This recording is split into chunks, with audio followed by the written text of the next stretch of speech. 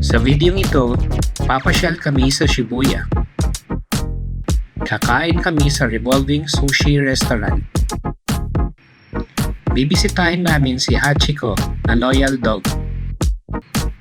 At tatawid kami sa world's busiest pedestrian crossing.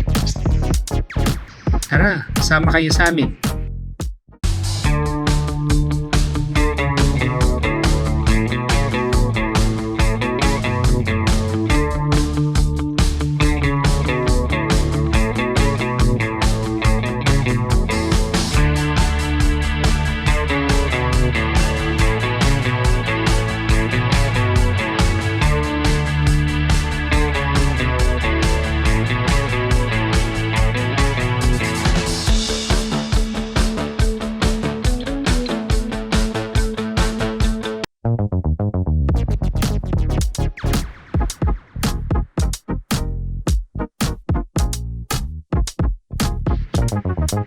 Good day guys! Kakain kami sa isang revolving sushi chain dito sa Shibuya.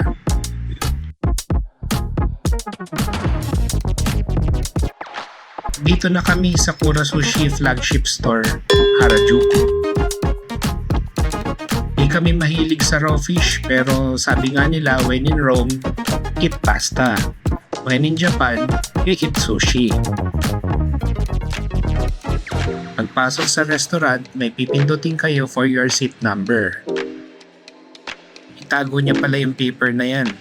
Kasi yan din yung ipapakita nyo pag magbabayad na kayo.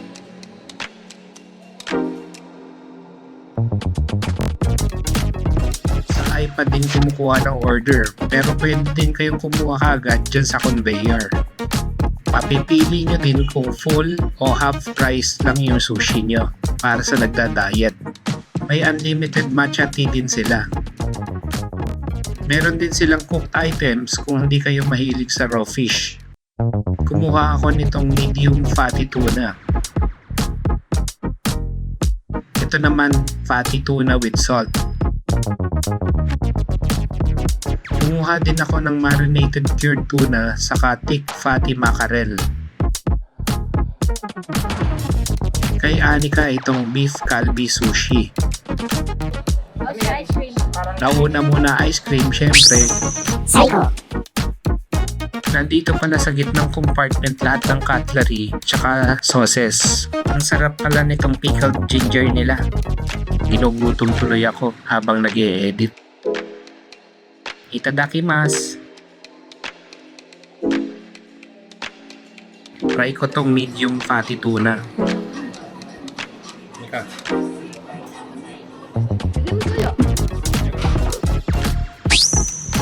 Oh.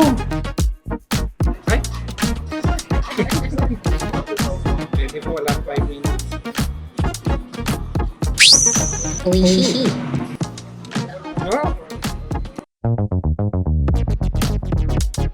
Kumuha pala ako nitong mentaiko with mayo. Rocad raw siya. Good! Bigyan mo naman ng sauce. Meron na. Siguro, what's this? Cod roll. Ano yun? Malasa. Yung onigiri. Parang tuna. Hindi. Yung maliliit na itlog. Ew, babies! Yung roll. Yung sasak ng fish. Ew, hawa naman. Ang sarap. Alam niyo yung yung sabi na lang. Medyo wishy. Yeah. Iba pala. Oh. Sige, I'll try that one.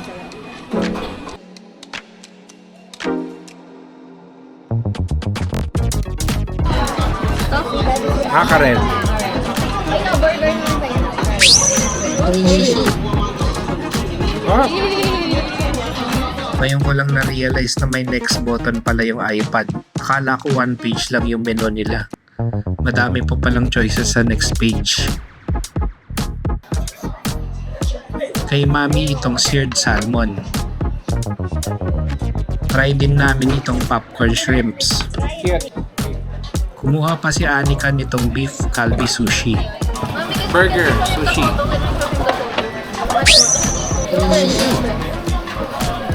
Oh.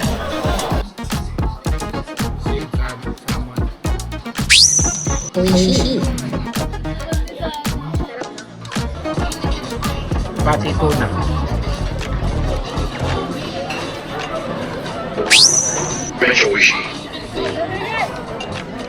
Yan na yung damage. Yan, kinain lahat ni Mami. O hindi ako, ikaw kaya. Okay, ano nangyari sa'yo? O, hindi mo ba naalala si Milky. Nakita kayo. Milky. Naalala ko nga si Milky kasi nung nakita ko yung mga pets, gusto ko ipalit si Milky doon. Oh, hindi, ikaw. Wait, sige.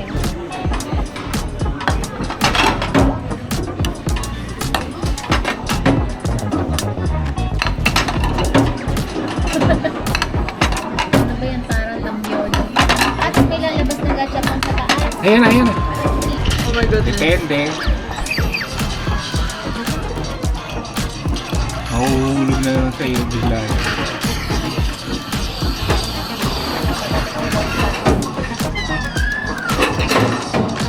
Ano yun? Ayan. Kalo ka daw. May isa pa. Sige.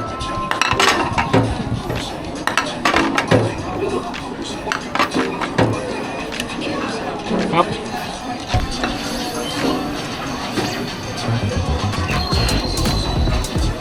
Nanalo ka yata. Oh.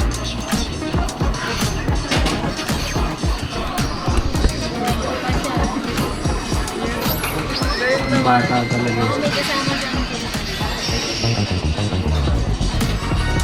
Nanalo ka daw. Mahulog.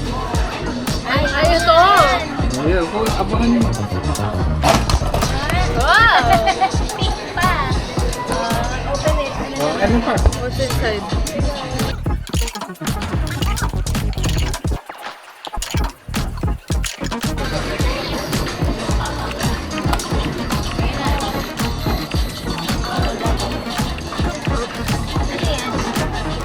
Natalo ka yata.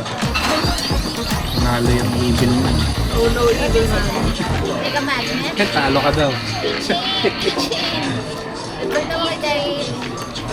Okay. Okay. So, completed. Yes. Kat si Blackie! Ano ka si Blackie? Si Blackie. Ay, ang cute. Ito yung last na.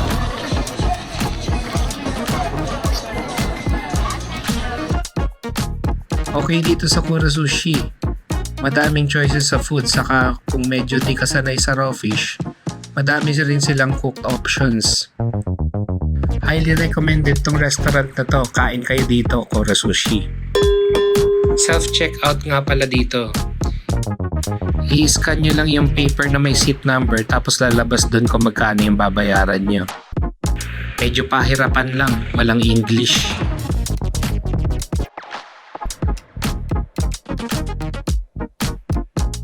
Naglakad-lakad muna kami pampababa ng kinain. Pinasyalan namin tong Tokyo Plaza Shibuya. Nakakaaliw tong entrance niya. Parang nag-cast ng spell si Doctor Strange.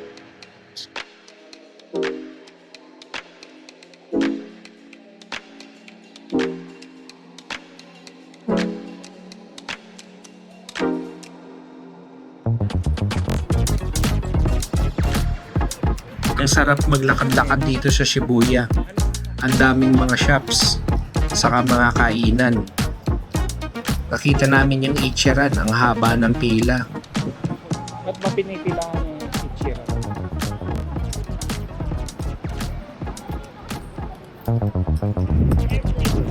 Shopping district talaga itong Shibuya. Ang daming mga branded na stores.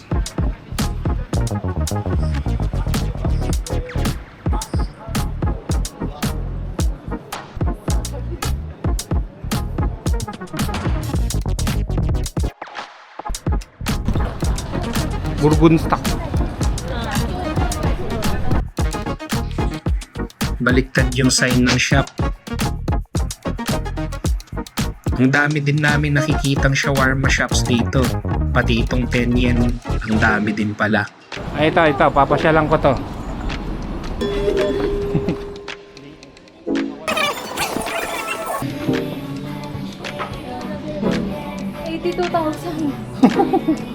Pumasok kami dito sa Toy Sapiens.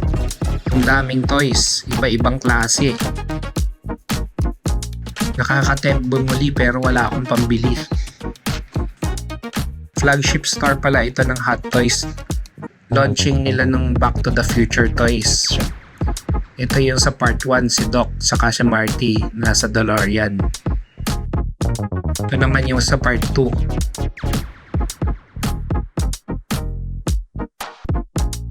Ito yung sa part 3, naka-western outfit sila.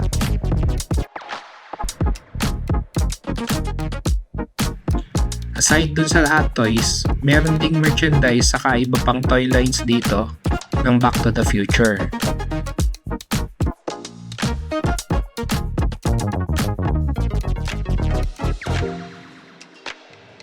Meron ding mga naka-displays na costumes.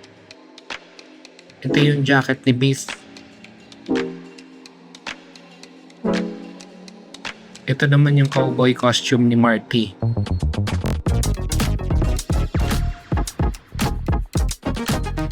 Nandito din yung Mattel na hoverboard.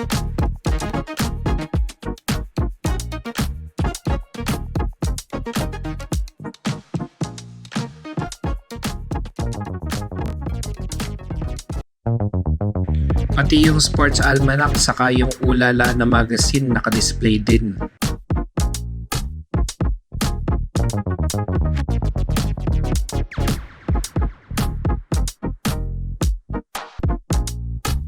Meron din silang Harry Potter items dito pero mas madami yung nakita namin sa Nerima.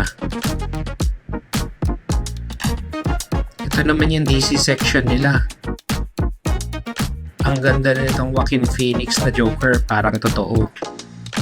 Pati yung mga buhok, sobrang realistic. Ito si Bat Sparkles. Ito si The Rock sa Black Adam, ang ganda din.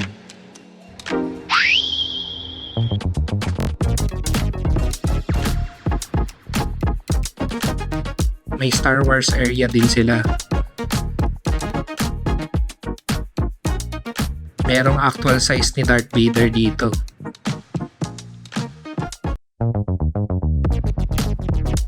Ang dami ding mga Marvel Legends.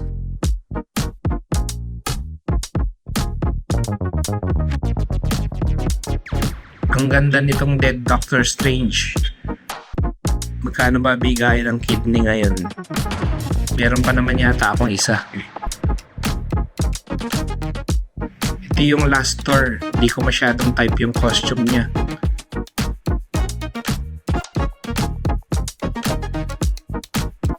Dito naman yung Spider-Man area.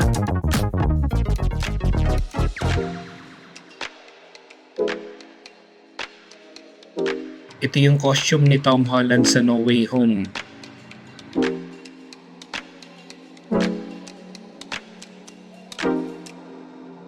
Ang ganda din nitong Green Goblin.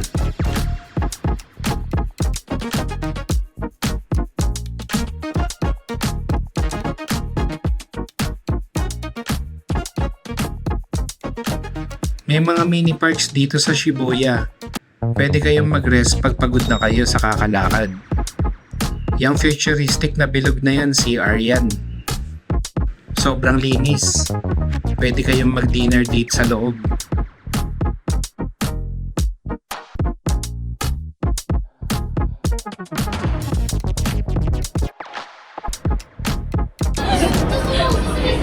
Meron. May shooting yata.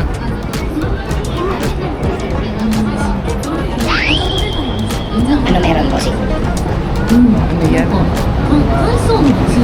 May Mario Kart na naman.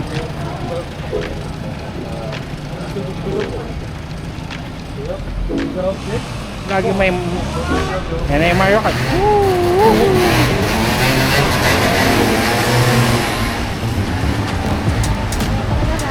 Yan, may tower records pa pala rito. May bumibili pa bang CD?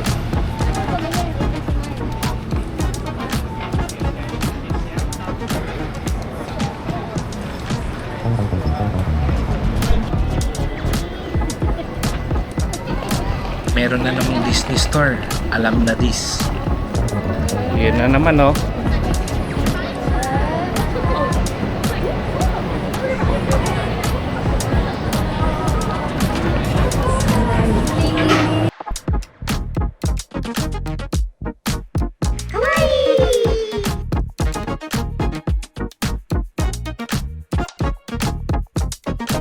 Parang familiar yung tunnel na to. Parang napanood ko to sa Netflix o kaya yung sa Wawaw nung araw.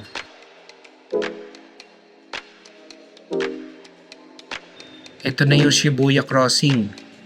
Sobrang daming ang tumatawid dito.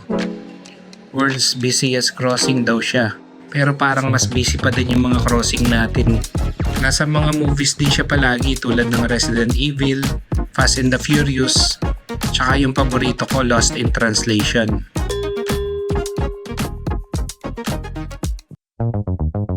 On an average, 3,000 na taong tumatawid dito sa crossing na ito. Halo na dito locals tsaka tourists. Pero tingin ko karamihan dito turista. Tawid tayong Shibuya Crossing. Sama tayo sa crowd. Ito na! Madami ring areas around the crossing na pwedeng i-view siya from above. Yung iba free, yung iba naman may fee.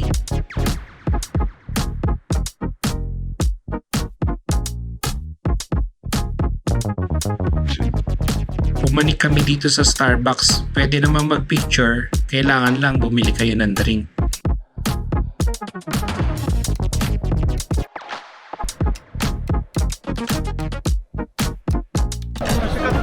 Yan, tawid ulit tayo kay Scramble Crossing. Ang gaganda ng mga LED billboards nila dito. Parang 4K lahat ng image, saka ang titingkad ng mga neon signs.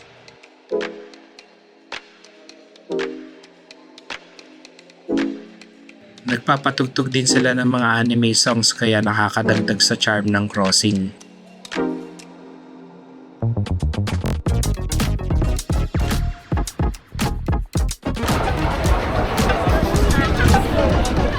Nakailang tawid na tayo?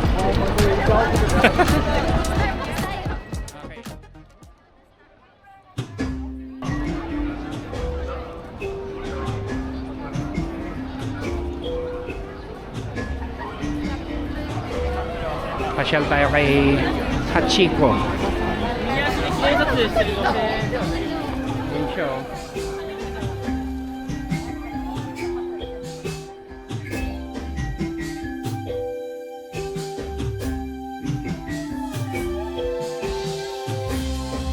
Noong 1924, isang professor na nagngangalang Hidesiburo Ueno ang nag-ampon sa isang tapat na asong Akita.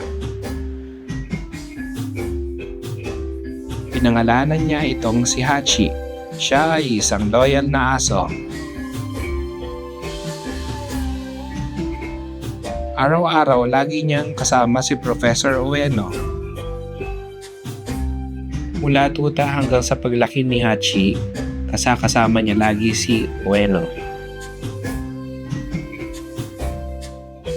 Araw-araw naghihintay si Hachi sa estasyon para sa pag-uwi ng kanyang amo mula sa trabaho. Tuwing nagkikita sila, labis na kaligayahan ng kanilang nadarama. Isang araw, hindi na nakabalik si Ueno. Siya ay biglang pumanaw. Si Hachi ay nagtaka bakit hindi na siya binalikan ng kanyang amo. Pero siya ay matyagang nagantay. Nagbago man ang panahon, si Hachi ay naghihintay pa rin. Sa loob ng 9 na taon, patuloy na naghantay si Hachi sa estasyon. Umaasang muling makita ang kanyang minamahal na amo. May mga taong nakapansin kay Hachi at yun ay kanilang ikinatuwa. Binibigyan nila ng pagkain si Hachi habang siya ay nasa stasyon. Ang katapatan ni Hachiko ay tumagos sa puso ng marami at siya ay naging simbolo ng walang hanggang debosyon. Ngayon, ang kanyang statwa ay nakatayo sa Shibuya Station. at nagpapaalala sa atin ng kanyang kamangha-manghang kwento.